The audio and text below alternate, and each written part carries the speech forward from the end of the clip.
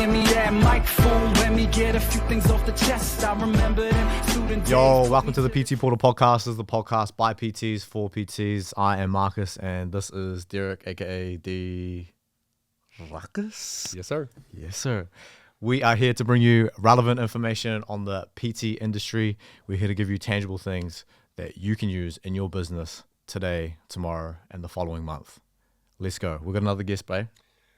Yeah, we do have another guest. Another special guest with us. Close friend of mine. Been friends because of our partners, but got to know each other quite well. Bro has got an amazing story, has an amazing background, helps heaps of people, has traveled so far in this industry in such a short period of time. And I'm like privileged enough to call him one of my mates and very supportive friend as well. So I'd like to welcome Jabe. Let's go. Yeah.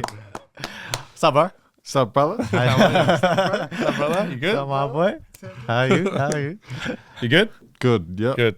Happy Nice. to be here, brother. Nice. That's what we want. This has been in the making for a few minutes. This to is say the least. one we want today. Yeah, we've been wanting this. As As soon as we knew we were getting guests on, I was like, my boy Jabe got to be on this ASAP. We made it. We got here. That's all that We got it matters. done. We got Busy it done. lives and a bit of like, holidays clashing, but we got here in the end. Yeah, That's all that matters. We're here now.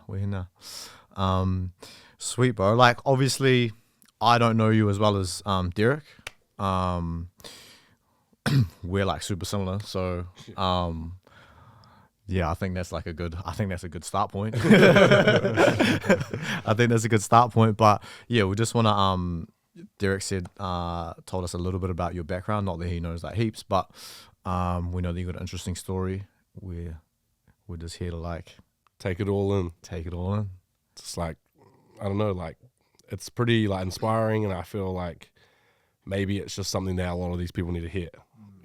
We talk about how this industry is super competitive all the time, and maybe when you come from a struggle or a different background, and then you get in this competitive industry, it can can make you pretty weak. It can push you down. It can be easy to be like, no, I don't want to do that stuff anymore.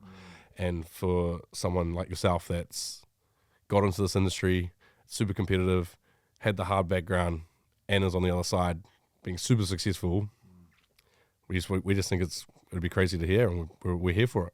Cool. Yeah, I want to hear it. Yeah. So how far back and how deep are we getting?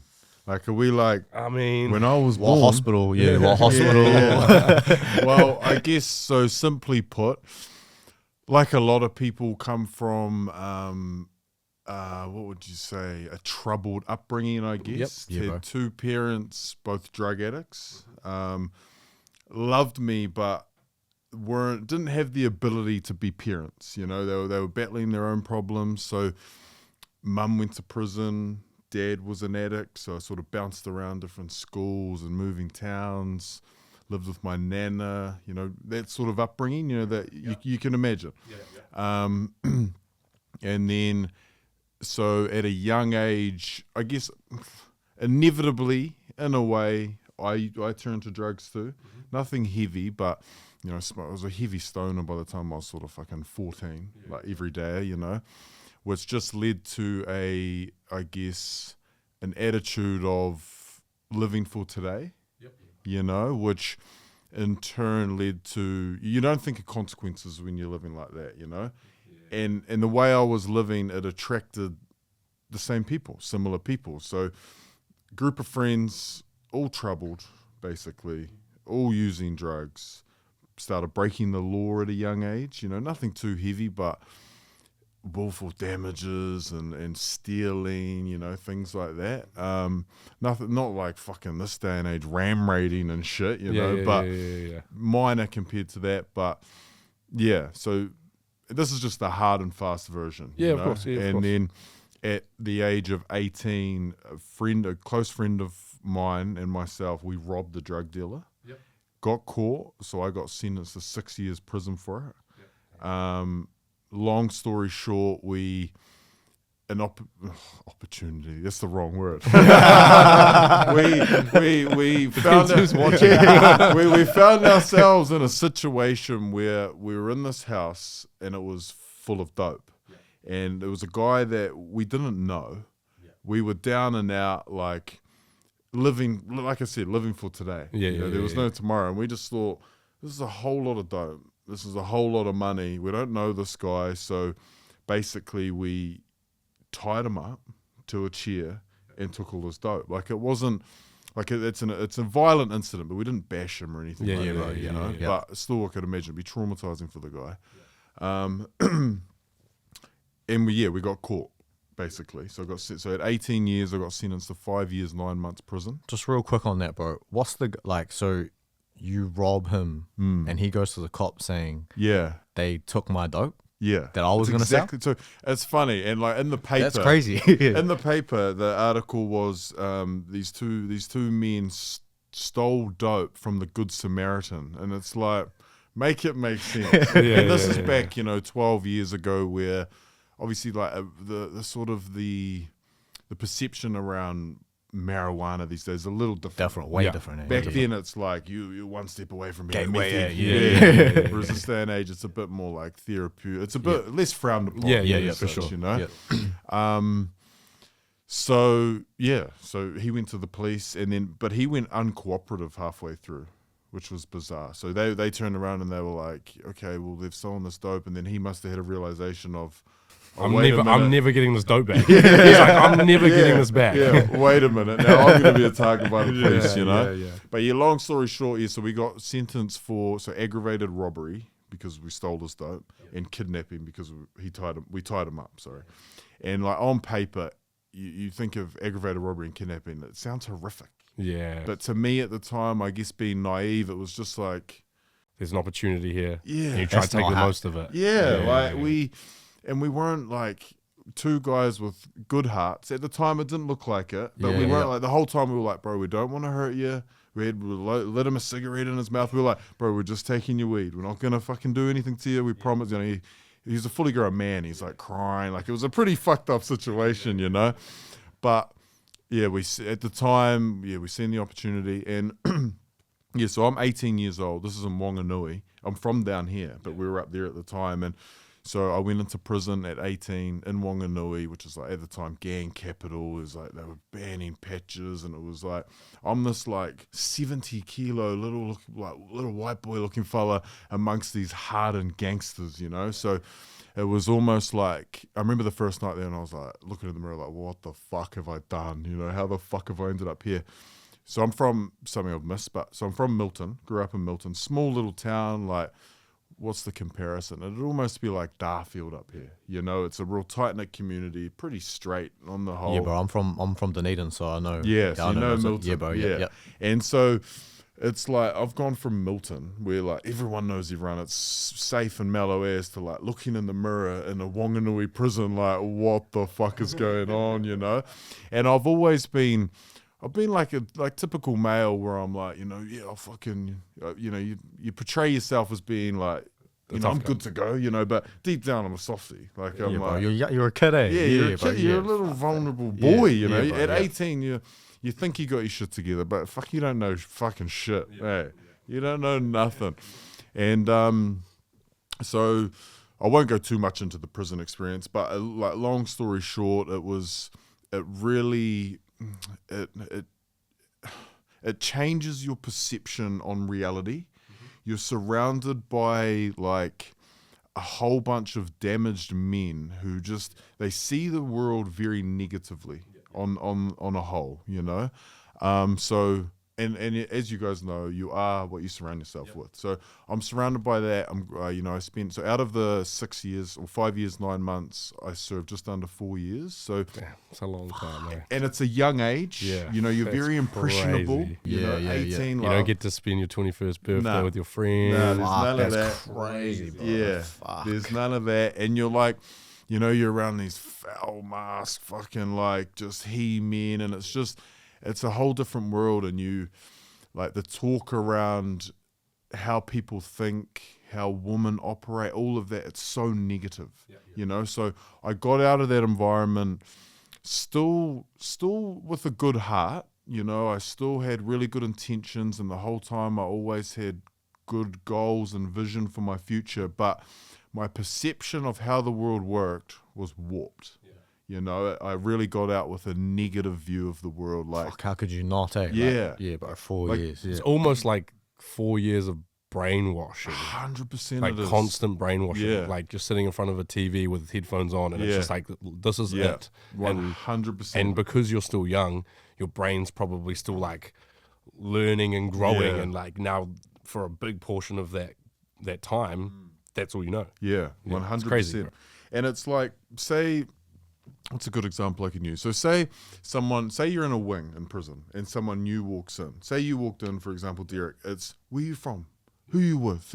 Straight away you're getting this, like, you're just getting sussed out. Like, is this fella all good?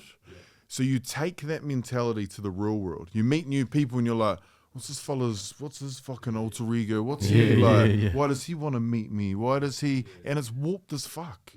Like 99% of the world, I believe, they mean well. Like most of us, like we don't want to see people under distress and harm, and we see the world as like, I hope he does well, I hope she does well, I hope he's okay, I hope she's okay. But when you get out of prison, you don't see it like that. You see the 1%.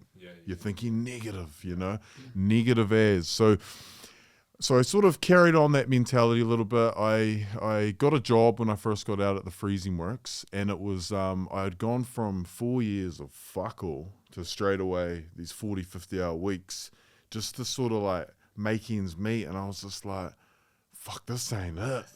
This, you know, I'm smelling of meat all day, and like it was almost another negative environment. You know, dudes that have been at the works for fucking 40 years, and they're just, you know, the smoko talk is Not the like most motivating. it's not Yeah, like bro. beers in the weekend, like it's just another negative culture where deep inside me I've always had like vision of like there's more to life. I don't want to get stuck in the rut of something I feel I have to do.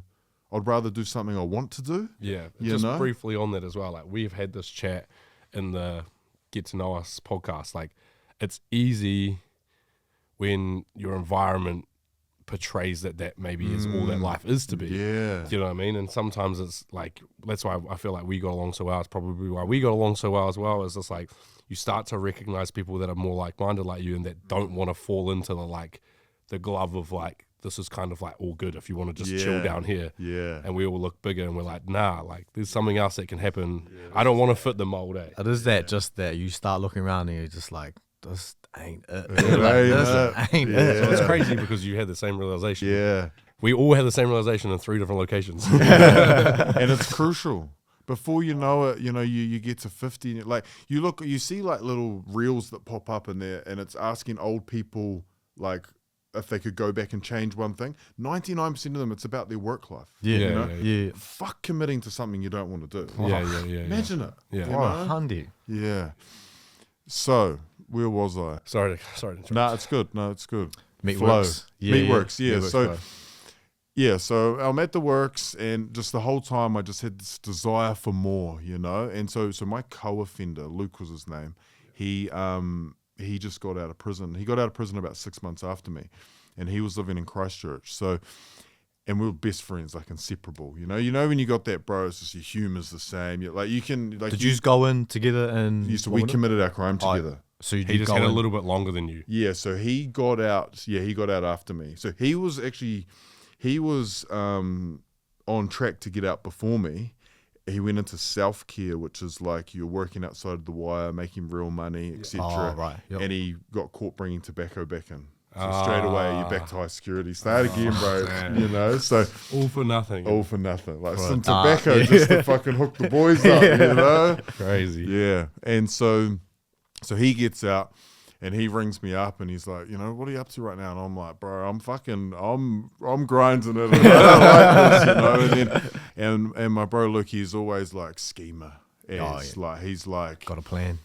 thinks he's 50 Cent. He's like, bro, we're gonna fucking crack it. We're gonna do this, double that up, do this, do that. You know. So basically, he rings me up and he's like, move up here, bro, and we'll do this, we'll do that, we'll do this. And straight away, I'm like, you fuck this shit. That's me. You know, stupid. You know, but at the time, I mean, everything happens for a reason, and I'm happy with how my life's gone. You know, Yeah, bro, for sure. and so it was literally overnight. Packed my bag, come up to Christchurch, and we were scheming. Put it that way. You know, it We won't wasn't go too like deep. it wasn't healthy.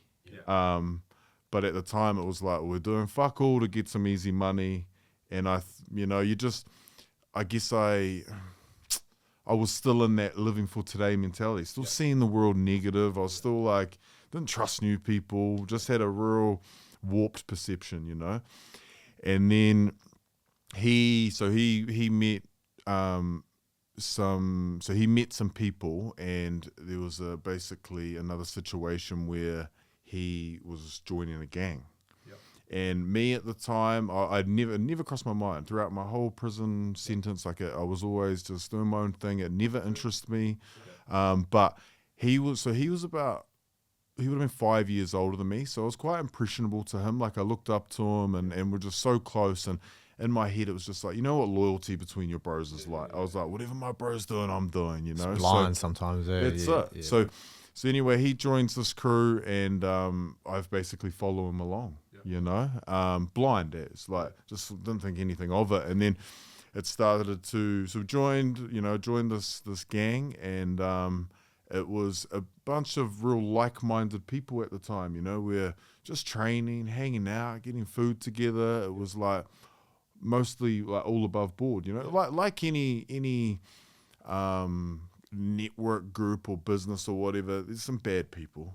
There's people doing certain things, but the overall vibe in the crew was like that sense of belonging. Like a family, right? Like a family, you know. You had someone that had your back, someone that like, bro, you all good? You need some shoes? Like, is everything all good? Like, whatever you want to do, we support you, you know, had that vibe. And so I got like pretty deeply entrenched, you know, and I was just living my life still in that fast lane mentality, still very just pretty like viewing the world negatively. You know, I was still in that, like, you know, that sort of fight or flight feeling, almost like that full time, like, is this kind of good? You know, that sort of mentality. Very negative.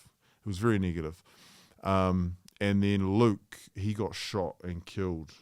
Yeah. And so it was the first time losing someone super close, you know? So I went through like a period of, I would say, a good year at least of just like fueled by nothing matters. You know, like I don't give a fuck about my future. I'm not trying to save $1 for tomorrow. I'm not trying to, tomorrow doesn't exist. So carrying on that mentality from basically when I was fucking born almost, you know? So carried that mentality right through, and then he passed, and my situation with the club at the time, it just never quite felt the same, you know, not having him there. And then still very close with the boys in the crew at the time. We were a very tight-knit crew. It was a larger gang, like nationwide, so the King Cobras. But I was, you know, had this tight-knit crew in Christchurch, and I was almost going through a almost like an epiphany of like a like almost like an identity crisis, you know, where I was like looking in the mirror and I was like, fuck, this just ain't me. I'm soft on the inside, you know, I really am. And even though like in the gang world, not everyone's hard, and not everyone's like, it's like business, everyone's got a role, you know, it's still to the, like my family, it was causing them pain, and they'd turned their lives around and wanted to see me do good. It you know, like in society, it's frowned upon. You know, the stereotypical gang member is breaking the law, violent, blah blah blah. And even though that's not true in all cases, it's still fitting that narrative. You know, parts of it is like that, but not all of it is like that. Right? Yeah, 100%. It's like I said, like any business, you got your good, you got your bad. You know, there's some people in gangs like morally have taught me more than anyone else for good morals. There's some that are the best fathers you ever meet, and then there's some that are they're just bad people. You know, no different to anywhere else. You know, It was like imposter syndrome, I guess, creeping in, and I was like, fuck, I was just feeling real uneasy, and then we got on a bit of a bender. And then on the come down, it was heavy. I was like anxious, and I was fucking. It wasn't good. I was in a mental spot of like, where's my life going right now? You know, I was just like desperate for some positive change. Something else I should have actually touched on throughout my whole prison experience, throughout my whole walk in the gang world, I always was training people. So I was always heavily training, whether it was weights, whether it was kickboxing, MMA, I was always doing some form of training. And I always had a natural leadership role and wanted to help motivate other people. And although at the time, a lot of my my ability as a coach, as far as executing plans and programs and stuff, mediocre as fuck, as you could imagine. My enthusiasm and passion was always there. You know, I love to see people get better. I really thrived in that environment of boosting people up. And okay, now where was I? that was good though. Like Such an important point, eh? Yes. Like no matter what kind of like you were doing at the time, man, I'm still training. Like it's still the thing that's like, it's still a positive thing that I'm doing in my life, eh? Yeah. Because one of the things as well, as we talked about with a few of the people now, I was like, a lot of PTs get into PT because they've played sports competitively or like at a high level for a long period of time. And then like naturally it just kind of like circulates into this like industry, and you become a coach and stuff. And like that's like your version of it is like you were always training. Like for me, I never trained until I was like 20. Do you know what I mean? But you were always training from 18 years old, and you just knew that when you were training, you were like the dude that wanted everyone to do good. And then you're like, you probably got all the boys being like, you should be a trainer, bro, because like I feel mean and blah, blah. And then you're like, damn, I could do this. Like it was like your revelation and your like long-term, like, you know, it's a good point you raise. It reminds me. So when we were in prison, so Luke and I were together a lot, and we were well known as when new people come in, we would break them with training. But like, you come to a leg day with us, bro, and it was like in prison, it's like neck level calisthenic volume. Like I'm talking like some sessions you're like 800 lunges, fucking Bulgarian split squats for 25 minutes. Like it's the volumes is like you're doing 3-hour leg sessions, and you'd get so conditioned to it, it'd be hilarious. You'd get these people that would come in, would do a leg, we'd always start for leg day. Even if we did legs the day before, we'd take them through legs, bro, they'd be fucking like limping for weeks. You know, you imagine getting someone off the street and then putting them through 1,000 lunges. Imagine that your first day, eh? Like, and it's one of those things like, you better fucking keep going. You're in prison, bro. Fucking hell, you know. And they're like, he was expecting a fight. They're like scared. So like, oh, if I don't do this, they're gonna beat me up. Like, and even though we had a soft approach, like Luke, he fucking like intimidating sort of dude, you know. And so like even throughout the whole prison experience, I always had that desire to want to train people. And I guess, but at the time, it more come out of my own love of training. You know, like a lot of people, a lot of PTs start there. I love training. Oh, maybe I can make $1 from this. You know, and same thing when I was in the gang scene. I had a heavy leadership role around training, so around the kickboxing, etc. And then like I said, so I got on this bender. On the come down, I was like, I just knew I wanted different. I just needed some fucking peace in my life. I'd spent the last 25, 26 years so on edge almost, you know, you're living like in an anxious manner, I just needed some stability, some time to like let my mind and body rest, you know. And so I went through a bit of a transitioning period where I was still really unsure. Like I sort of had 1 foot in, 1 foot out. I started, so where did I go from there? So I signed up to the PT course at Ara, which I'd done 6 months, was it 5 months, you know, like, so I did that, and it was good, got my certificate, learned absolutely nothing on how to deal with people. Bro. And as you two know, like this industry is 100%, 99.9% how you are with people. I could fucking write the best plan on the planet, but if I don't give them the energy they want, if I they ain't can't coming present back. it, eh? I'm trash still. You're trash. You know? It's all on how you are with people. And so I did that, I was still sort of like 1 foot in, 1 foot out, like, just out of, I did not want to let my boys down. Back to that loyalty thing. Yep, I was like, these are my fucking bros. They've done everything for me. I really don't want to let them down. And it was someone in the crew I still hold very close to my heart. He would always have talks with me like, bro, no matter what you want to do, we're going to support you. We're not going to look at this as betrayal, you know? And in my head at the time, it was like, you know, you think of, you leave a gang, you're fucking getting killed, you're getting this, you're getting that. And so even though I knew that wasn't reality, it would still be anxious thoughts I'd have, you know. But, you know, this guy gave me just nothing but support. And he's like, bro, like we know, you know what's best for you. We're going to back you all the way.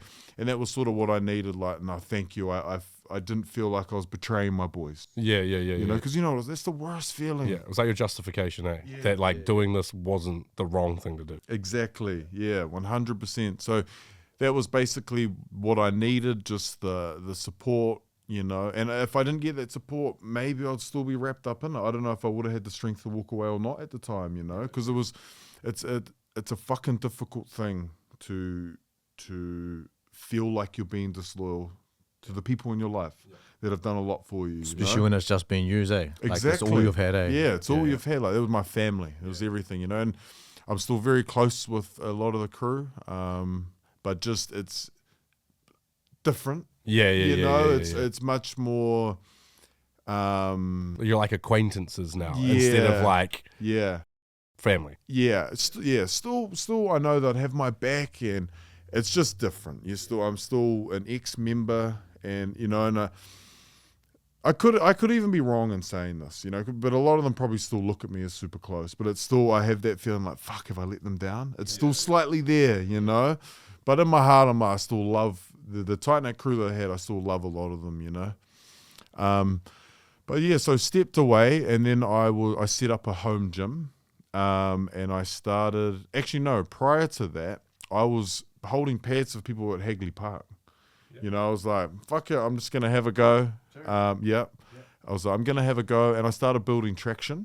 And I was still heavily like imposter syndrome. People aren't going to trust me. Like, I'm this fucking, I just got out of jail. I'm a gangster. I'm this, I'm that. I had all the doubt creeping in, you know, like, as you guys, I'm sure you've been through. We've all been there. 100%, bro. You know, because as a PT, as a coach, like, we're leaders. We have to be leaders, and it takes a long time to fucking own that. You know, it really does.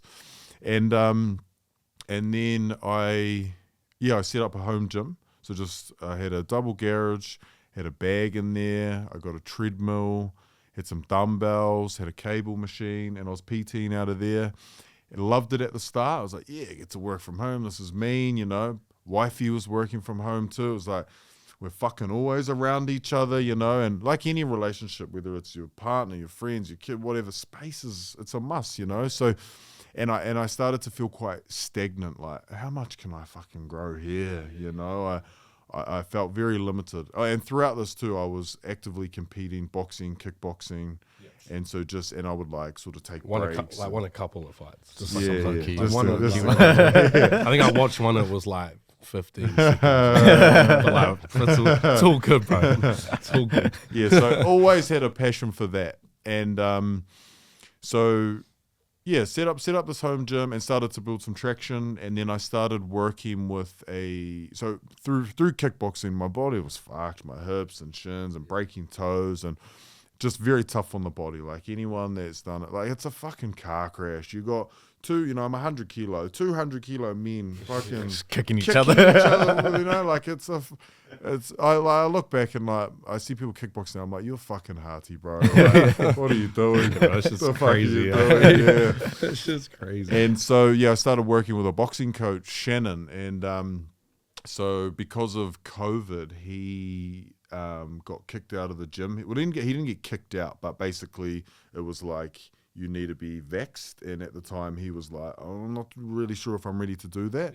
So he moved to a home gym as well. And so I started training with him, and then we built a good relationship. And he's a bit older. He's about 47.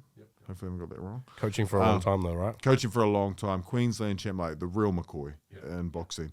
And he obviously seen potential in me, and I knew he was looking for a space. And I sort of just put it forward to him like, I'd be more than happy to fucking help PT in the space. It'd be good to get out of my garage. And I've seen it in his eyes. He's like, okay, something to think about. And it was the very next day he come back and he was like, why don't we go 50-50? And I was like, what an opportunity, This is like, I'm getting to tie in with a fucking old school boxer. And for me at the time, I was like, fuck, he obviously sees something in me, because it's not something you'd go and do. Like, he's built this reputation up to now say, let's do this together, And so straight away I went home. I told wife, I was like, this is what I'm doing straight away. She's skeptical. It's like, fuck, are you sure? I don't know. Like, blah, blah, blah. That's what they're there for, eh? That's it. They keep you in check. Yeah, bro, 100%. They keep you in check. So, and me, I was like, no, I'm fucking running the ball. We're doing this, And then you in or you out, eh? Yeah, that's it. And so then, we found a spot in the middle of Christchurch, just off Ferry Road. Nice and central. Plug the name if you want, bro. Go for Sledgehammer Boxing. Yeah, let's go. it. Sledgehammer, baby. Yeah. And so we got a good space. And so initially, I brought some clients from my home. He brought some clients. So off the bat, we had the bills covered. Nice. Not making any money, but we had the bills covered. So we were like, it's a start. Yeah. And as you guys know in business, like, you got to take a risk. And you take the wins too when you get them. Right? Yeah, that's it. And even we were like, we'll just, like anything in life, give your fucking all, you're going to do something with it. Yeah. It's inevitable, I believe, And we're both very passionate about it. It felt still to this day, like it's my purpose, I believe. And I'd imagine you two are the same. Like, I never feel like I'm going to work. I'm off to see my people. Yeah, bro. I get to help them. I get to teach them the sport I love. Like, it's very, very rare. I'm like, oh, this is a chore, Until you've had a job that you hated, like you don't actually know what that means. Like, if you have a job that you fucking just hated, and now you wake up and do this shit, you're just like, fuck, I'm good. Yeah, bro. I've cracked. You look at me like, we've escaped. We've cracked it. You know. And then, so we set up October, I think it was 9th. It was 2 days after that fight. You come and watch. Oh, yeah, that's right. So that was on the Saturday. We opened on the Monday. So you're prepping for a fight and to open a gym at the same time? Yeah, and so it was quite funny. Throughout that period, I've always felt a little bit of pressure with fights, reputation, fucking gangster, blah, blah, blah. I always thought, fuck, I can't lose. But this fight, I was like, I'm opening a gym on Monday as a boxing coach. I fucking can't lose. Yeah. If I lose this fight, this is not meant to be. No lie. I'm not paying the bills. No lie as well. His name got called out, and this dude took 10 minutes to come out. And everyone's sitting there. I'm with his partner, my partner's behind me, and we're just sitting there, and everyone's like, where the fuck is he? Nicole's like, oh, where the fuck is he? Oh, I'm gonna go check on him. And then just as he's about to leave, he runs and he's like, hey. Bro just needed a little quick toilet break. Yes, fashionably late. It's good too, in the fighting scene, psychological warfare is important. Cool, so important. So bro thought he was like, damn, I'm chilling. Then you walked out and he goes, oh, damn it. Yeah, even just when you talk about peaking for sport and shit like that, if someone is expected to peak it, they've done their whole prep to peak it this time, and you nudge it. Yeah. Big time. Throws them off. Every little thing, all adds up. Yeah, so I felt a lot of pressure for that fight, but I got the win, and then opened up the gym on the Monday. And so another thing too, Shannon and I, we didn't want to get in debt. We were like, let's do this without fucking ending up $250,000 in the hole, you know? So he had a bunch of equipment. I had a bunch of equipment. We had a lot of backing from other gyms too. We got donated ropes for a ring and some bags and pads, and we had a lot of support. Is that what it's like in the boxing community with the gyms and stuff, or it's just because it was used to? It's one of those things. It's a very political scene, okay, and there's your supporters, and then there's your haters. Just I would imagine the gym's the exact just same. like life, baby. Actual, bro, 100%, and it's especially a lot of the old school. In boxing, it's the old school compared to the new school. It's a fucking different world, and a lot of them are fucking punch drunk too, so they struggle to adapt with the times, and if you're not going to evolve, you might as well retire. You get left behind, 100%, So But there seems to be a good what's the word I'm looking for? There's a good bunch of gym owners right now that are young in the fight scene that are all on the same page, and they're trying to bring the sport up together. Not like it's us versus fucking Papanui. It's more like let's work together. Let's help our community. Let's go bash some North Islanders. You know, let's not make this. Oh, where was fucking he during blah blah? Why isn't he? You know, like let's uplift each other. You know, and it's contagious, that energy. And two, like it's not. Like competing against each other locally, like that's stupid. Like there's not a limited amount of people that can come in. We just got to reach more together. How many people are sitting on their asses not training right now? Fucking 90% of the fucking population. We just got to draw them in. It's not like so if us you work versus each together, other. then you guys will all get your share. Exactly. That's what I mean, right? Like there's enough money in the world. You only want a little bit. Yeah, you know? It's that's like you're not These asking for people, everything. like if these people start realizing, fuck, I want to box. You know Yeah, what I mean? exactly. Yeah, hard. We do that. You guys ran enough fight club nights together, and like people were seeing the promotions that they're like, oh, there's these couple of clubs in Christchurch that I could go to, and you both went. That's it. It's exactly where it's at. Just uplifting each other.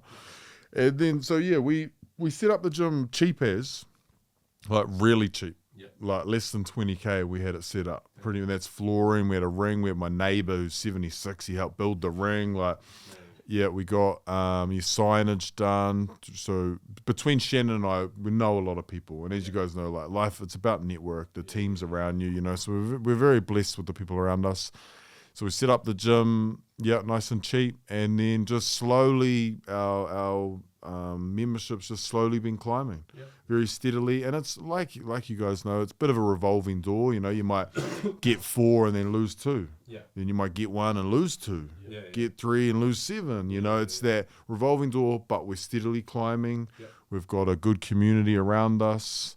And it's just it's a real healthy environment. And of every single member, there's not one that I don't like. You know, which is amongst 50 odd members, that's surprising. Usually you're gonna find some, like there'll be someone that walk in and doing, oh, what the fuck's this for? You know, but it's not like that. At least like 1 or 2, At least 1 or 2, you think, you know. Gotta have 1 or 2. Yeah, but do you feel like maybe you guys like weed them out? I reckon, like subconsciously, like you promote your gym, your area. That's your vibe, and the people that don't match your vibe, like I don't want to go there. Definitely, right? Yeah. So then you get more like-minded people joining your crew, big time. And the culture amongst the gym, because it's a sport of like camaraderie. As much as it's an individual sport, it's really fucking not. You're on your own in the ring. Outside of that, it's about your team, you know. And so in our gym, it's like people get there early, they're yarning, they all know each other, and so if you walk in and you're not willing to gel with everyone, you're just gonna feel off. Why would you come back? You know, somewhere else. That's it. You know. So we're very lucky there. Yeah, and I guess that's led me to this podcast. Yes, sir. The pinnacle. You're at the top now, I'm going to retire now. We made it. We made it, baby.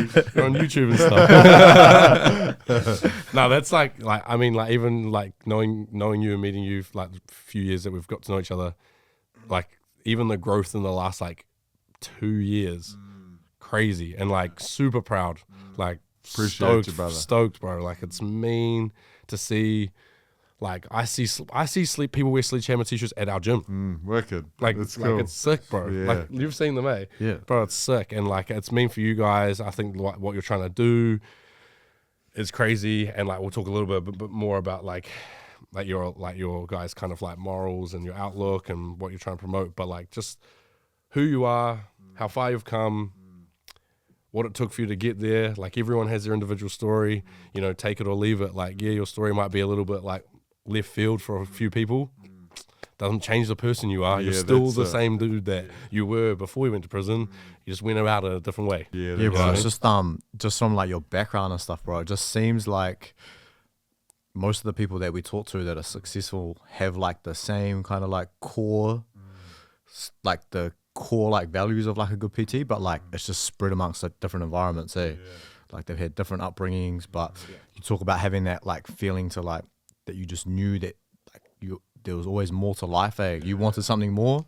It's like we get that all the time, it's like that same feeling that building that like camaraderie in your community has been like your core, and it's like that same shit, so it's like even though your background is way different to a lot of people in the industry, are still like those core values, eh? Yeah. And we talk about finding your value and shit. That's our jam. On the PTV. But like it's cool, bro. It's like, I don't know, I just think, well, I'm personally super appreciative that you've like wanted to come on here and share your story with us. Like, I know it's probably something that you don't like to talk about a lot and probably haven't shared with a lot of people.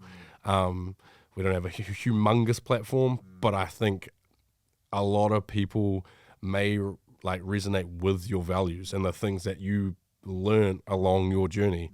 And you might help 50 people or 100 people like decide that PT is something that they could actually work towards. Because a lot of people probably look at your story and go, damn, I didn't have it that hard. I've got no excuses. You know what I mean? As crazy as it is, as even though you probably don't even think it was that bad. You know what I mean? But that's probably how they think about it, which is cool. I think we appreciate it a lot. Zero excuses. If you want it bad enough, you will do it. It's that simple. You just got to, like, as cliche as it sounds, you just got to be starving for it. Like, how bad do you want to do this, you know? And number one, my advice for any PT in the game, don't worry about jumping on and watching Chris Bumstead. Don't worry about any of that. Learn how to be around people. How do you deal with people? You know, like you guys have mentioned before, it's fucking 100% about that. You know, like if you don't have a real passion for seeing people like get empowered, change their life, like if you're not invested in, you know what it's like, you get a client come in, you know their fucking relationship, you know their financial situation half the time, you know their kids' names, you know, like you almost become friends. Yeah. You know? 100%. And how many messages are you getting a day? Like we're counselors in a sense, you know what I mean? So you got to be so good with people. Like, Do you feel like, bro, when you were like before you started PTing and stuff, like what do you think your people skills were like even like back then? I think, like you said, going back to the core value, I've always been very empathetic and had a lot of compassion and like I said, I'm very soft on the inside, you know. So I've always soft on the inside. Do not step in that way. You'd be thinking twice. Wham in your face. See you later. Yeah. So I've always wanted to see people happy and like just being better. Like it's so rewarding, you know. Bro, what it's like? it's There's no mean. better feeling, you know. It's mean, bro. Like you come home, it's like you're not thinking about the fucking $80 you made. You're like, what about the smile I got from Karen this morning? You know? It's just like when you're doing like something that makes you feel good, you're just like, fuck, I just wish other people could feel this shit right now. Yeah. And we've talked about it before as well. It's like even when you went through your own shit, you're helping so many people and it feels so good. Like you just like forget about it. Yeah. You know what I mean? Like 100%. because you're so worried about trying to make these people feel good. You know, you just like leave it. It's like, sweet, we'll worry about it later. Yeah. Big time, big Probably time. shouldn't do that, but hey. Keep pushing it down. Mean. No, that's mean, bro. Like, yeah, that's a probably crazy story. Hey.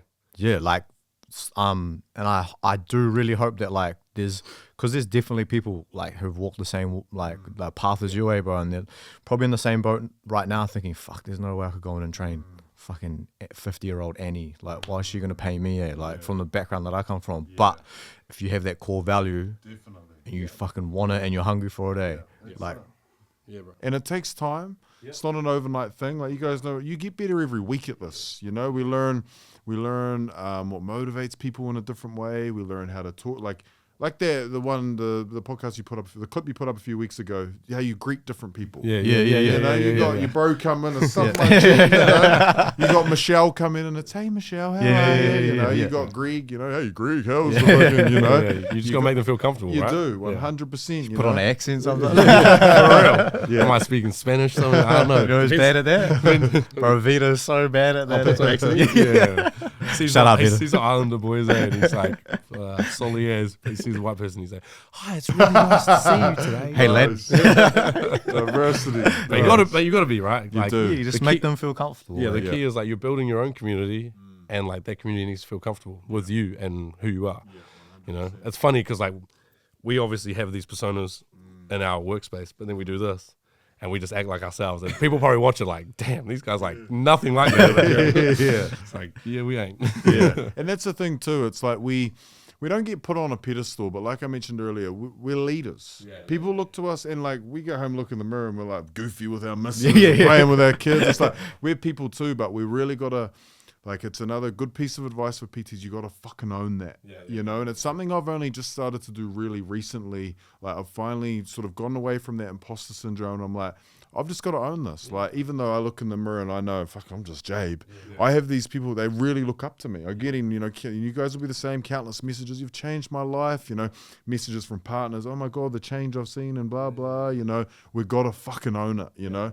It's another like super important thing if you want to be successful in this industry. You've got like this thing, like this message, this value or something that you want to share. And like, you just got to remember, someone's going to want to listen to you. 100%. Not everyone's going to want to listen to you, but it don't matter. Do you know what I mean? Like, we don't care about. That's a massive everyone. point. It doesn't matter. Like, It literally doesn't because matter. this hasn't landed with you, it just means that this wasn't meant for you. Yeah, we talk wasn't meant for you. We talk about this stuff all the time, like being more active on social media and stuff. Like, I hate videoing myself in the gym, bro. Hate You're doing it. good, bro. I know, but I hate it. And like, I'll send him videos and be like, "Gee, should I post this?" He's like, "Bro, post it. That's Keep fire." that shit up. And I'm like, "But," and he's like, "Who cares, bro?" And I'm like, "Yeah, fuck actual." So I was like, Bro, if someone "Someone sees it will and they don't resonate like with it, it." it's not for you. Yeah. And not the for same you. thing. Like, yeah, you get the messages, like people are like, "That's mean content. I'm loving this stuff," blah, blah, blah. And then you're like, "Oh, okay. All right, this is all Yeah, good." But you feel better, that eh? start is tough, bro. Every day I get to the gym, I'm like, "Okay, I got to film today." And I get my tripod out and I look around, I'm like, "Nah, I'm all good." Bro, you know what I mean? Like, your shit is just like right here. Like, you're fucking just off the cafe. I'm trying. Right here, bro. And it's just like, love this, eh? So, yeah, it's just raw. Yeah, I'm trying. And I think too, it's one of those things like, I see you guys post, I'm like, I know the effort. I'm like, fuck yeah, boys, man. Yeah, You know, you yeah. just support it. Always Yeah, the bro. first to like my shit, G. Bro, Straight same. up. And it's like, and because you know how that makes you feel. If you get Yeah. one or two Yeah, likes, yeah, you're just like, I mean, I'm doing a good job. Yeah, Let's yeah. lift Let's each go. other up, Yeah, you know? It's mean, bro. There's so many people's lives that we can touch. It's not a competition amongst us. No, Let's lift each other up, let each other know we all got each Never other's once back. ever like thought that, to be honest, either. Like, I came into the industry where I feel like maybe the few people that I worked with did think like that. I didn't think like that. I was just like, I'm just do me. Good. Yeah. If you just do a great job, bro, Yeah. they'll come, man. Yeah, I did me, and then Yeah. I ended up like surpassing some people in my workspace, and I was like, all good. And they're like, I literally walked to work one day. I won't say who, but someone was Say talking, it. someone was Say talking it. to Say one of the new Say PTs that started at the same time as me, and they were in the cupboard, and I was about to walk in there to put my bag into the cupboard, and they're like, "Why has Derek got more sessions than you? What are you doing?" And I was like, Sorry, Bolt. and I was like, funny thing was, I didn't even think about it. I didn't go, yeah, I wasn't. I didn't go, "Oh, you know what? I'm gonna beat her. I'm gonna get way more than her." I was just like, I'm just gonna try and be the best version of myself, and if you like it, you like it. I'm not fucking thinking about you, eh? Like, Yeah. what the fuck? It's crazy. She didn't last either way, but this one. Say the name. No, I can't. I know, because I don't mean it with any disrespect, but it's just like funny how there are people that are competitive, and 9 times out of 10 doesn't even work out for them. Yeah. And Such then a there's- negative way to be. I can't, bro. It's so draining, eh? It is. It's not worth your effort. Yeah. We have a few more questions. We'll try to keep it short and sharp, so we're not here forever. But one thing we ask everyone, and we love this question because it like brings out a lot about someone. But what is it? Do you think people think of you? And is this people who know me or people? Just anyone, like it could be someone walking down the road, just like looks at you and they're like, I think, I think people that seen me from face value. Yeah, they'll that's kinda who probably- we're Yeah, aiming for. they'll probably think bit of a resting bitch face, yeah, tatted up, PTs. little bit of swag in his walk. You know, thinks he's the man. Why is he always rubbing his knuckles? You know, so they'll probably have a negative view, and it's like. I only smile in these situations if I'm talking. Like, I'm not walking down the street like, ooh, you know, 100%, Yeah. bro. 100. So I'd imagine from the outside, it's like maybe like he looks like a bit of a thug. Yep. You know? Yep. Yeah, I'd probably say that from what I know of you, that's probably Yeah. what people think. I reckon. Like, yeah. probably think like, damn, I would have messed with that dude in the dark alleyway on a Saturday night. That's Yeah. for sure. I wouldn't mess with him on a Sunday midday in the light. No, that's good. That's good. What's the next one? Yeah, just going back to like the whole boxing thing. Obviously, that's been a massive passion. Keep you going. What do you think about the current like boxing scene at the moment? Are you because there's been heaps of talks about, you know, like with the UFC coming in and stuff like that, all the purists and things like that. Where are you? Like, where do you sit on that side of things, bro? I am all for people winning in life. Like, so if we're, say, for example, the Jake Pauls and that, I'm all for it. Like, it's bringing a lot of publicity to the sport. People are making mega bucks. Like, you have a fight like Francis Ngannou, you have a fight, you retire. Fucking mean, bro. You know, you've put in the hard yards. Life-changing, Like, if someone said to me tomorrow, do you want to go fight old fucking, I don't know, Helen Clark for a minute, I'll be fucking all day. You know? Not Auntie Helen. I don't care about reputation, you know, like if I'm Helen's out here like jamming in the face, eh? like I'm all for it. And I think I can understand why people are a little bit like it's taken away from the sport. It is to the couch potatoes. The people that are invested in it, they're still invested in it. You know what I mean? It's like, say you had a rugby match that was for fun and it was amongst celebrities. It's just entertainment. The rugby purists aren't like, oh, this is wrecking the sport. Like, and I think we just need to step away from that. Like, who cares?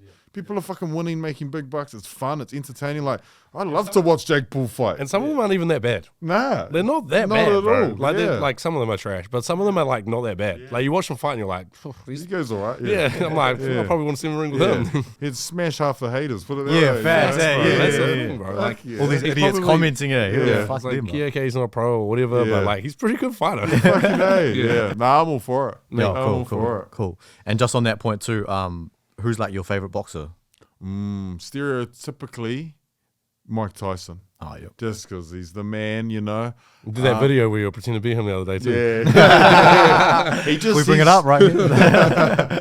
he just, like, as you know, the epitome of, like, that guy. You know, like, who the fuck would stand across from him in his prime? Honestly, you know? I don't think I could talk to him even if he was happy. Yeah, I That dude's know. scary as hell. I know. Like, It's the same shit though, way. Like he talks about the same shit, just like actually in reality, like I'm fucking scared. I'm just scared, Yeah. Bro. I'm a monster, but I'm just fucking scared. And horrific upbringing. And he's, Yeah. the thing I love about him, which we haven't really touched on yet, but and this is important for PTs, authentic, you know? You just got to be yourself. And like you guys were saying, like, if people don't like it, fuck you, know? It's Not on for to the you, bro. next. Yeah. So someone will like it. That's bro. it. Yeah. That was definitely something I struggled with too. To start off with, being a little bit quieter, 100%. you know, because the whole scene and what you see, like, you know, years ago and stuff like that, you need to be like real upbeat and you need to be smiling all the time and shit. It's like that's not me, but you'll attract people that are a little bit quieter and just give a fuck about their goals. Yeah, that's man. me. That's cool. Yeah. Your people. Yeah. You talked about how like you're doing your thing and like you think this is like your purpose. If big if you weren't a gym owner or a boxing coach, what do you think you like? What would be your next purpose? Do you think? Probably social work, I think. Yeah, bro, for real. Yeah, I think because even the boxing platform, like obviously, love to train a world champion. That'd be cool, but I'd get far more fulfillment if I just said one young fella come up to me in 10 years' time and was like, bro, I'm now doing this because of what you've done for me. That would be more fulfilling than fucking anything. You know, and the platform of boxing, like we talked about earlier, you attract people from the struggle. You get these young boys that fuck, I can fucking what else do you know? You attract a lot of that. Most of them have probably got like tough lives at home. They're products of their environment. Boxing we can install like strong beliefs. We can just get them strong mentally, help them see the world in a better way and see what they're made of in the gym. And it's only positive. You know? Yeah. It Super really positive. is. All the things I've heard about boxing gyms and environments and stuff is like people normally go in there like wanting to fight everyone, but they come out never wanting to fight anyone. Never. Like literally ever. Nah. Unless it's like organized Yeah. and they've got like 16 weeks to prep for it. That's mentally. Yeah, as soon as you start consistently sparring, the last thing you want to do in your spare time is get punched in the head. And, you just like you're just in the state of like, say you're driving home after sparring, you're just like, I want a bag of chips and watch TV. It doesn't matter how much hate you've got in your body. You don't give you have zero time for violence after sparring. And which is like probably the best thing for them. 100%. It's cool that like that's like kind of like a key value for Sledgehammers to like drive the younger community to come on board and push them to see the better side of or how to like channel that anger and that struggle and that hate and all the energy that they don't know how to probably deal with, to be fair, right? Because they're not in an environment where they can go and talk about it. probably, right? Or if they try to talk about it, who knows what's happening in the Yeah, background. 100%. So it's cool that you're trying to create an environment where everyone feels safe and they can come to you, and then the byproduct of that is 5 years later, they're like, I'm chilling. I got a job, got a house, got a kid, got this. And you're like, mean, bro. Yeah, that's mean, bro. It's super, super, super inspiring. Yeah. Just like in terms of the gym as a whole, what's the bigger goal? Like, have you guys set like a membership target? Like, Yeah. who's running all those things? Like, Yes. what's the overall goal, bro? So the goal, we obviously shoot for the moon. We're Yep. like, yeah, we'd love Sledgehammer in every city, blah, blah, blah. But being more realistic about it, we're like, if we have 80 solid members that are very consistent, day in, day out, pushing it, then we're happy. Anything above that, like we get a nice wage from that. Everything above that, it's like you're laughing, you know? And we want, like you guys know, it's consistency you want, you know? We want to be able to, like in the sport, same like you've both been athletes, it takes time. You can't come and do 6 months of basketball and then think you're going to do something with it. Like, we need you for a long time. And even just for those mental aspects, you can't come in, say you did one therapy session, you don't walk away like, okay, I'm changed. It takes time, you know? So so 80 members, we want to get to a point too where we've got some like backing either from the government or some iwis around the country where we can subsidize our membership right down to basically next to nothing, so we can provide this platform like almost Robin Hood style, like let's take the money from people who have it and give it to our community.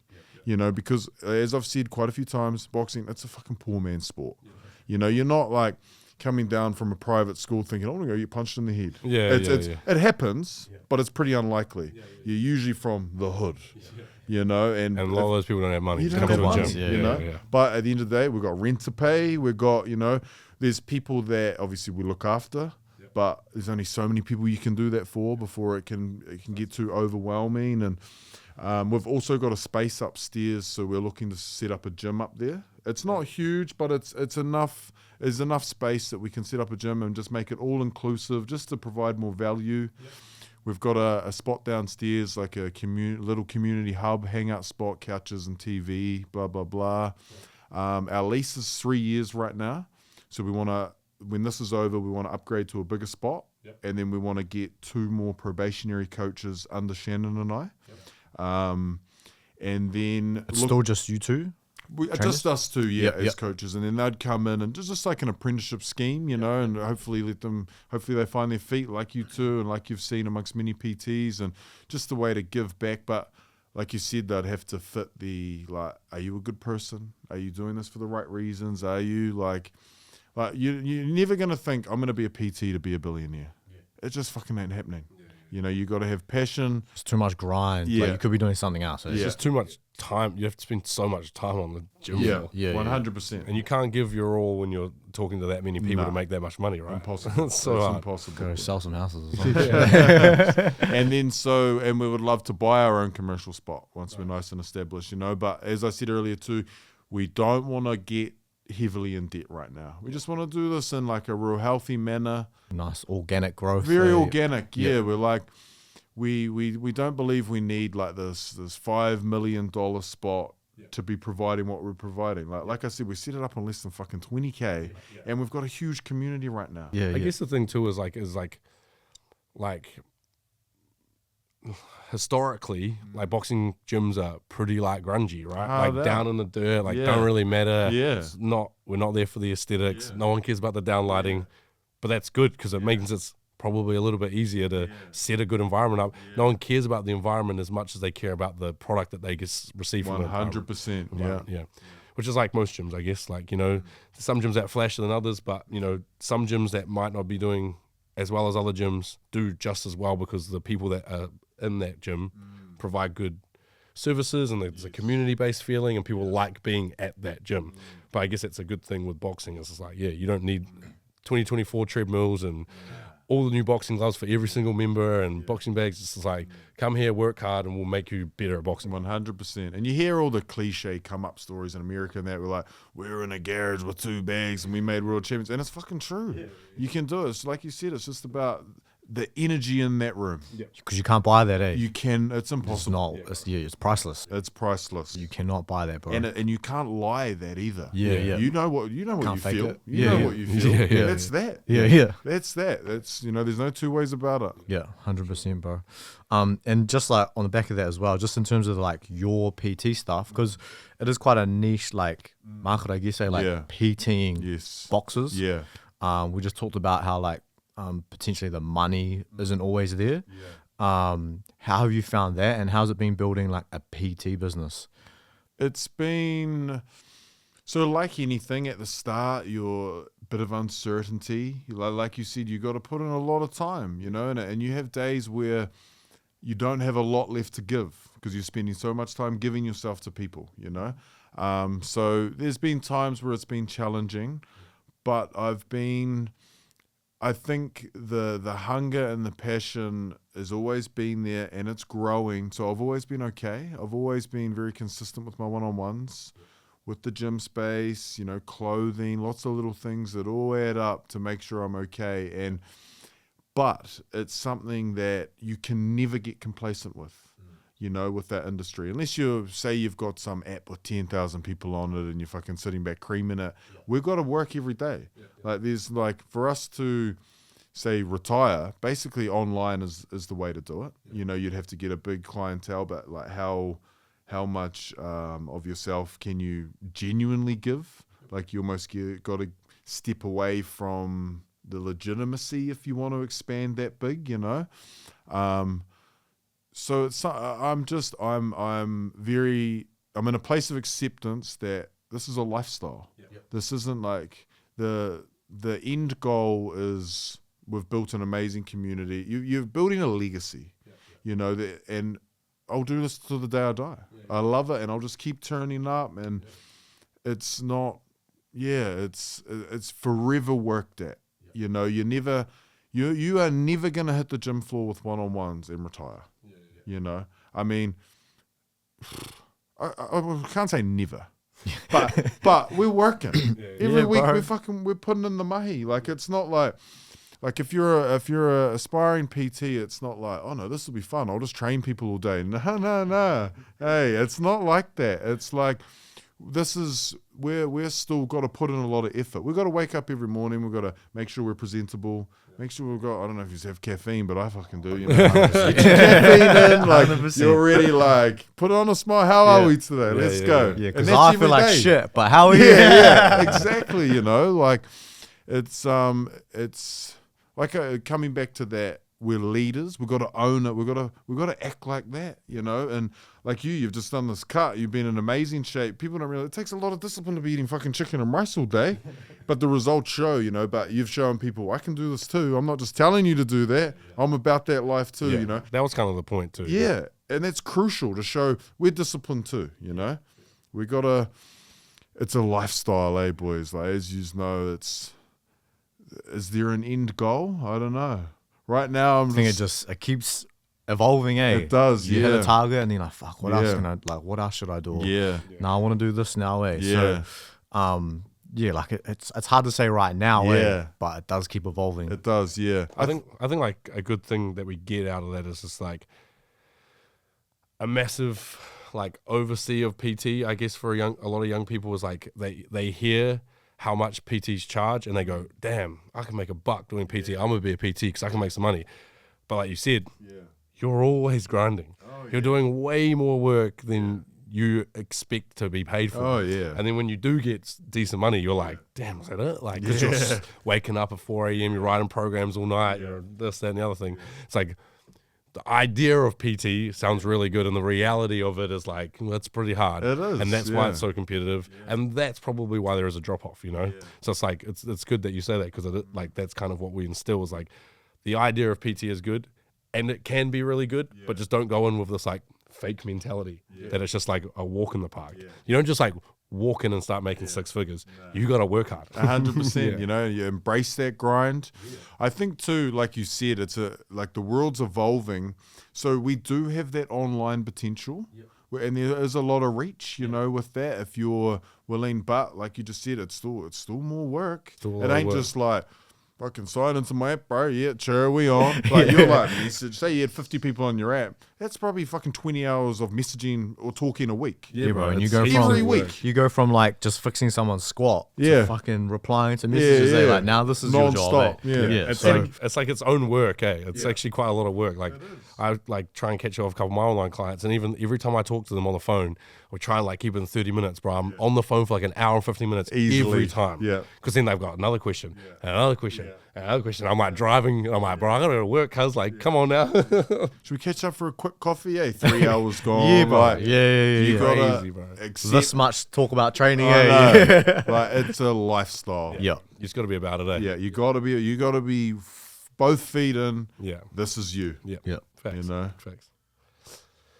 Bro, that was mean. That's mean. Yeah, like thanks, bro. That's Yeah. what I'm gonna say, Problem, man. Yeah. Fuck, it's mean to have you here. Good to Share be your here. story. It's gonna be cool, bro, because we had Polly, which Yeah. would have just dropped there. Yep. Just like same kind of like same sort of place now in the industry, like pretty successful in the industry, but the background, just like the contrast in background, is gonna be mean for people Cool. to see. I Yeah, think. yeah. Eh? Nice Yep. and diverse for you guys. Yeah, eh? that's Yeah. what we want, bro. We just want to be able to like help every person from every walk of life, right? Like we want to show people that like that's kind of how we are as people. Like when we help people, we're not like, yo, this is how we were brought up. We only like helping these kinds of people. We want to show people that PTP is about. We don't really care about where you're from, how you got here. We just want to make sure that your value aligns with you and what you're trying to achieve, and how we can help you get there. Do you know what I mean? Yeah, it's cool. Yeah. So it's It's a good crazy. vision. Yeah, bro. It's, Just one quick question before we get out of here. I always do this. every time. Where are you at with like drinking and stuff at the moment, or now? I'm fully sober. Fully, yep. And that's the only reason for that is I'm no good on the piss. Yep. I'm really no good on the piss. Like Yeah. I go, I'm not violent. I'm just like, wee. You know, I just, Bro's in La La Land. Yeah, like I'm he's fucking- like with you, yeah. and then he's gone. Yeah. And like 3 hours goes by, and he's like, "Oh hey." yeah. Have you always been like that, or? Yeah, I've always been the like, I don't drink for a drink. I'm like, where's the drink? Oh, Yeah, where's the we're all next here. one? You know, Yeah. and it quite often leads to fucking doing this dumb Yeah, shit. yeah. And Yeah. it just, I don't have good control. Yeah. Yep. So I'm like, I could easily be like in the bro's kitchen the next day, still going. Yeah. Yeah. You know, so I've just got to make that choice. Like going back to the thing before, we're leaders. You know, what if I'm in the bro's kitchen the next day and someone walks in? Oh, there's that coach from. Oh, fuck, he's a Yeah. clown. Yeah, You know, yeah. I want to really embrace my. Even though there's still that slight like, oh fuck, this is like, I'm not quite there. I'm still like embrace being a leader. You know, just be that guy. I need to live the epitome of what I'm preaching. You Yep. know, and then Yep. it's more powerful. You know. He's still a good dude though. Still shows up to everything. Yeah, like Sorry, he was yeah. at your like Yeah, surprise yeah, thing. yeah, Yeah, just yeah, doesn't bro. drink. Yeah, And Like- it's funny that too. Like at the start, when you first stop drinking, it's always you always get the message, bro. Come on, da. Yeah. After a bit of time, you just known as the guy that doesn't drink. Bro, that was like me when I was in Dunners. Yeah, I've I told you that, never, yeah, I never have been like, bro, get on the piss. Like, if someone tells you they're not Good. drinking, who the fuck cares, bro? good. Like, Yeah, just because you're a loser and can't not drink, like, Yeah, to yeah, be a good time. yeah. Like, you have to be like Yeah. drunk to be a good Yeah, cunt. yeah, Like, yeah. That's what I mean. I was the same in Dunners. I like didn't drink for ages because I was going away for this trip for basketball, and everyone in Dunners within the space of 6 months was like, not drinking. I was like, nah. They're like, fuck, good on you, bro. yeah, In Dunners, bro. Yeah. Fucking everyone's drinking Yeah. every day. yeah. yeah. So it was like crazy, but yeah, I get it too. Like at the start, it's hard. A few of the boys give you the messages and give you the nudges, like, don't be a pussy, and you're like, nah, I'm all good. And your willpower's like, you're like, can I do it? Can I do it? You get over the hump, and then everyone's like, sober? Like I just said to you, I was like, Yeah, sober? And you're yeah. like, yeah. And I was like, good cunt. Yeah. I was like, I left it. Yeah. And it's a good place to be. But in saying that too, I think there is a therapeutic aspect to it as well. Yeah. Like if you're with a group of your bros, group of your girls or whatever, you're having a few drinks and you're having laughs and you walk away like, fuck, that was cool. Yeah, yeah, yeah, That's yeah. a real positive thing. Like Yeah, yeah. Yeah. I'm not like Like, you're not fucking anti don't it. drink. Yeah, Yeah, yeah, yeah. Bro, I'm that's just such like, a good point, because it is quite a negative thing, like when people like that don't drink, and like then you're a drinker. Yeah, yeah, But I think that is like a missing aspect. Like there are some mean times that you have on the piss. 100%. Like Yeah. there's some mean times. Yeah. Like with COVID. Yeah.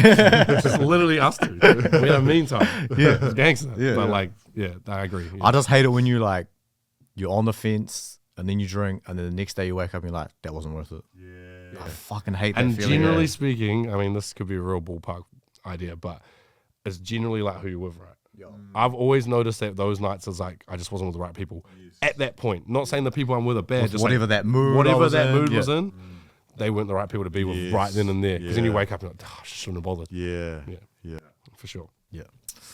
Is that it? Yeah, bro. I think that's it. Unless you got anything else. Yeah. wanna Anything say, you want to ask bro? us or anything you want to say? We or? asked you a lot of questions. I think just thank you for letting me come on. Bro, share my thanks for story. coming. I appreciate think it, it's bro. beautiful what you guys are doing because in this industry, it's pretty blind. Yep. Like most people that don't know too much about it, sorry, like you said, are thinking, oh, he gets $80 for half an hour. Do the maths. I'll make $1,200 a day. I'm gonna finish my week and fucking buy a Lamborghini. It ain't reality. So you guys are like letting people know the truth behind the industry. Like it's a lifestyle, it's a grind. Get good with people, and it's beautiful what you guys are doing. It's Appreciate cool. it, man. Really is. Yeah, we appreciate you being here, sharing your story with us, knowing like that's not like a super comfortable thing for you. So we do actually like understand that, and we were like very like hesitant on like how much we wanted to go into it. We prepped the questions, and I kind of said to Jabe a week ago, I was like, just whatever you want to say, just that's enough. Like we're all good. But yeah, we do appreciate it, and I reckon that there's like a lot of information there, and maybe a lot of motivation for people that are on the fence. You or can't get motivated. Like if that shit doesn't motivate you, I know. then PT's not for you. Yeah. Don't you? not you. We cannot allow doubt and limiting beliefs to get in the way. Like I've just shared my story, upbringing not the best, jail, gang, like all the reasons To not do it. to fail, or Yeah. to have doubt. But you've just like we're in a day and age where if you're genuinely a good person, that is going to, like we talked about energy, it shows. Yeah, bro. People are going to feel that. So if you come from the struggle, you come from a shitty background, but inside I'm a good person, I believe I can help people, you have no limit. You have zero limit. 100%. 100%. Yeah, fuck with that. Yeah, bro. It's mean. Yeah. About to go home, like work real hard. To put in a work. Put in a shift. Yeah, that's us. It's Sweet, PT bro. Portal That's Podcast. Thanks for listening, watching. We'll see you next time. I'm with Jabe. Let's go. Give me that microphone, let me get a few things off the chest. I remember them student days put me to the test.